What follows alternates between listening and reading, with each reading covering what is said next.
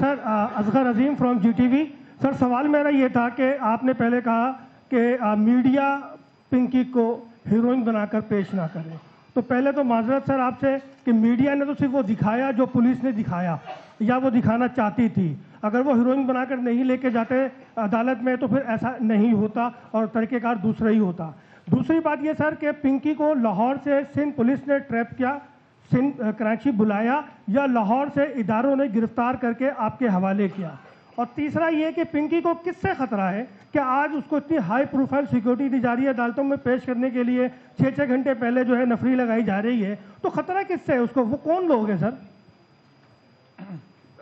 دیکھیے اس میں جو آپ کی پہلی بات کروں تو جب پولیس والوں نے نالائکی کی تو ہمارے ہاں اکاؤنٹیبلٹی کا سسٹم ہے. آج تک آپ دیکھیں گے انشاءاللہ کہ ہم نے کتنا سخت قدم اٹھایا ہے. لیکن بدقسمتی سے باقی اداروں میں بھی ہم چاہ رہے ہیں کہ اس طرح کی اکاؤنٹیبلٹی ہو کہ اگر آپ کوئی اس کو ہیرو کر کے کوئین بنا کے اس کی آپ کیپشن ہی کریں کہ کوئین پنکی اور اس کی بات کریں تو اس پہ وہاں پہ بھی عمل ہونا چاہیے. اس کو آپ یہ ناسور ہے ہماری سوسائٹی کا, میں صرف یہی کہتا ہوں اسی زاویے سے اس پہ بات ہونی چاہیے.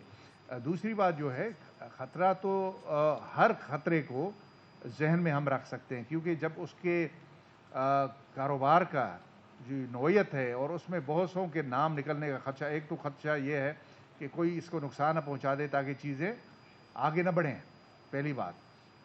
دوسری بات یہ ہے کہ جب بھی جس پیمانے پہ ابھی اس پہ اتنے کیسز ہو گئے ہیں, پچھلے ماضی کیس اے این ایف کا کیس ہے, ہر چیز اس پہ ہے جب ہوتی ہے تو یہ ہمارا تجربہ ہے جو آپ نے بھی کبھی دیکھا ہوگا کہ جو کلپریٹ ہے وہ انڈر اسٹریس آتا ہے.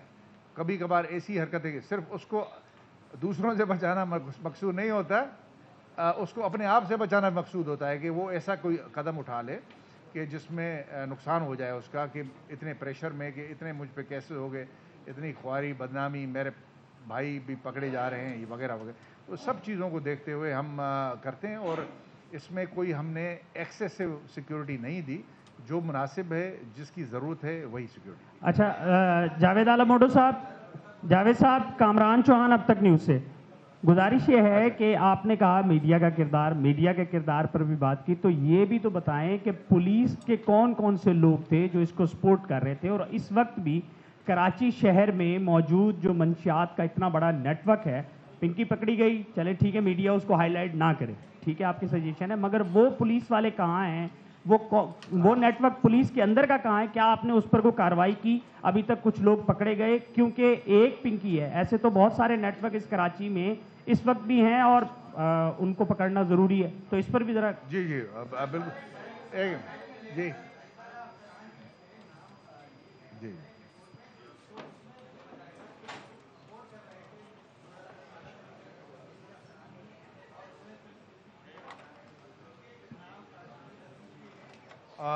دیکھیے پہلی بات اس کے دو حصے ہیں. پہلی بات تو یہ ہے کہ جس طرح میں نے کہا کہ ہم نے اپنا گھر صاف کرنا ہے پہلے, یہ ہم پہ ہماری ذمہ داری ہے, تبھی ہم کر سکیں گے.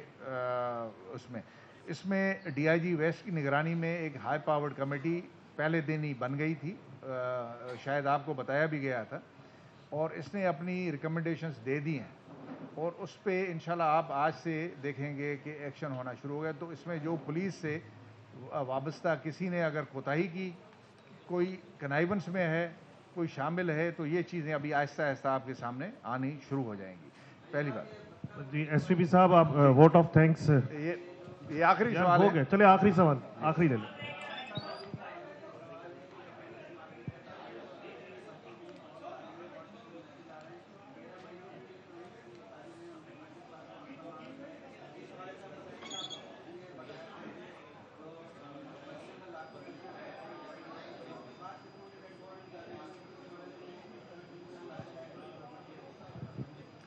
بالکل, یہ بنیادی طور پہ جو ایکٹیو گروپ ہے آپ کو پتہ ہے, وسیع اللہ لاکھو, سمت کاٹھیاواڑی, ان میں سے 3 کے ہم نے ریڈ وارنٹس جاری کروا دیے ہیں. اب پروسیس ہے, اس میں تھوڑا سا ٹائم لگے گا اور انشاءاللہ مجھے یقین ہے, اور کیونکہ ان کا زیادہ پتہ ایران میں ہے اور ایران حالت جنگ میں ہے تو یہ ایشو ہے.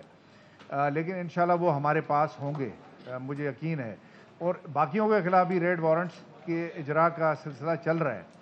اور اس میں بالکل آپ نے صحیح کہا کہ ایک یا دو جو انسیڈنٹ ہوئے ہیں اس پہ ہماری ٹیم کام کر رہی ہے، سی آئی بھی کام کر رہی ہے اور دوسری ٹیمیں بھی کام کر رہی ہیں اور وہاں کی لوکل پولیس کی. مجھے یقین ہے کہ جس طرح باقی جگہوں سے بندے پکڑے گئے، ان میں سے کچھ کا کلا کما ہوا اور کچھ پکڑے گئے قانون کے دائرے میں، انشاءاللہ یہ بھی جو آپ نے آخری کیس بتایا یہ بھی اسی طرح ہی اپنے منطقی انجام پہنچے گا. جی